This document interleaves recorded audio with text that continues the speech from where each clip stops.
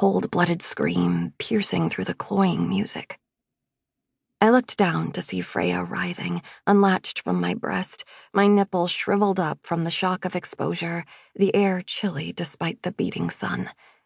Heads instantly turned my way, the families of Kingston gawking at the new parents who never should have brought such a young baby to a concert aimed at older kids.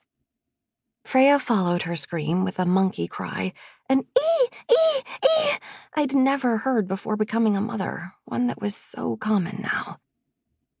Max reached into the backpack and pulled out the llama pacifier, Freya's favorite, but I shook my head and pressed her, maybe a little too firmly, back onto my boob.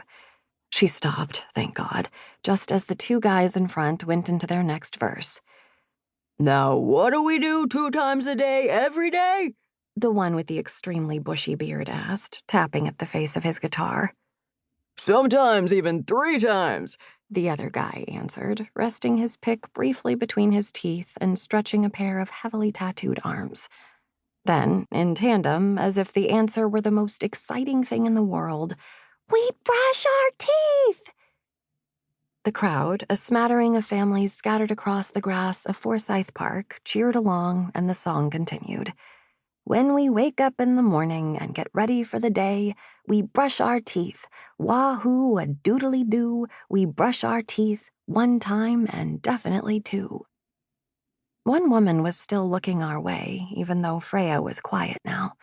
A beautiful woman, one you might even call striking, with piercing eyes, creamy skin framed by chunky bangs, and long, glossy hair.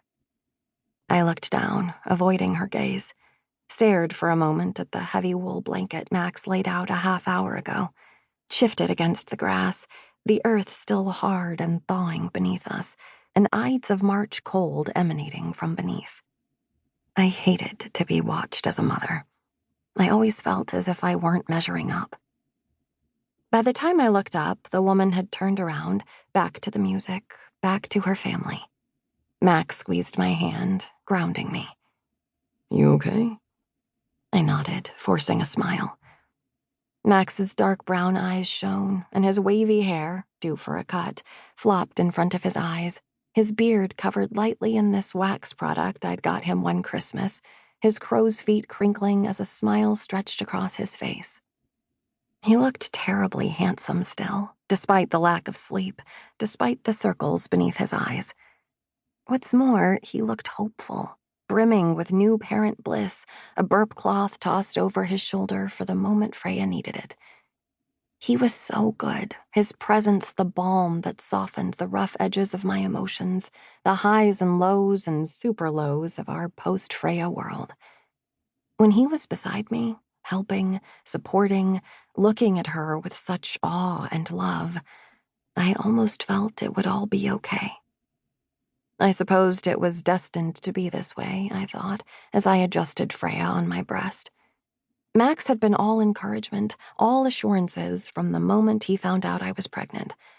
He was 37 when I met him, with a sense you could almost feel, seeping from his pores, that it was time to slow down.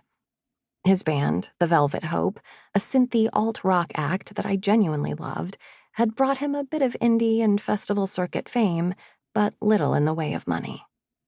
Shortly before we'd met, he'd thrown most of his energy into a business offering music lessons to kids in Manhattan and Brooklyn. By the time he moved in with me 6 months later, he had a nice little operation going. 2 instructors working under him, a reputation among the Upper East Side and Park Slope elite, buoyed by the fact that rich parents could hire the lead singer and co-founder of the Velvet Hope to teach their kids guitar chords. This is a blessing, he'd said when I'd showed him those 2 lines on the test, my face pale, my palms cold, caught between uncontrollable tears and panicked breaths. This is a good thing. Now, Max leaned down and kissed the bottom of Freya's 6-week-old foot, covered in a knit booty his hippie Aunt Tammy had crocheted just for her. Freya's crying, her fussing and kneading, never seemed to bother Max the same way it did me.